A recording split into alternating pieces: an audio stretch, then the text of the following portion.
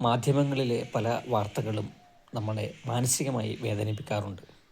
അപ്പോഴൊക്കെ നമ്മൾ പറയുന്ന വാക്കാണ് കാലത്തിൻ്റെ ഒരു പോക്ക് എന്ന്. നമ്മളിതിനെ കാലത്തിനെ കുറ്റപ്പെടുത്തിയിട്ട് കാര്യമുണ്ടോ? ദുഷ്പ്രവൃത്തികൾ ചെയ്യുന്ന മനുഷ്യരുടെ മനസ്സിനെയാണ് നമ്മൾ ശ്രദ്ധിക്കേണ്ടത്.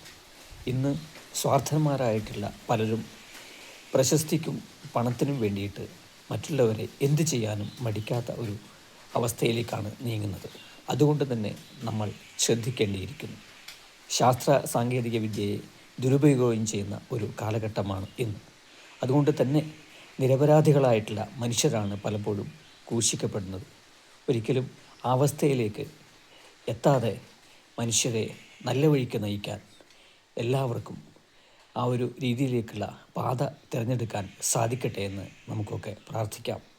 എല്ലാവർക്കും നന്മ വരട്ടെ.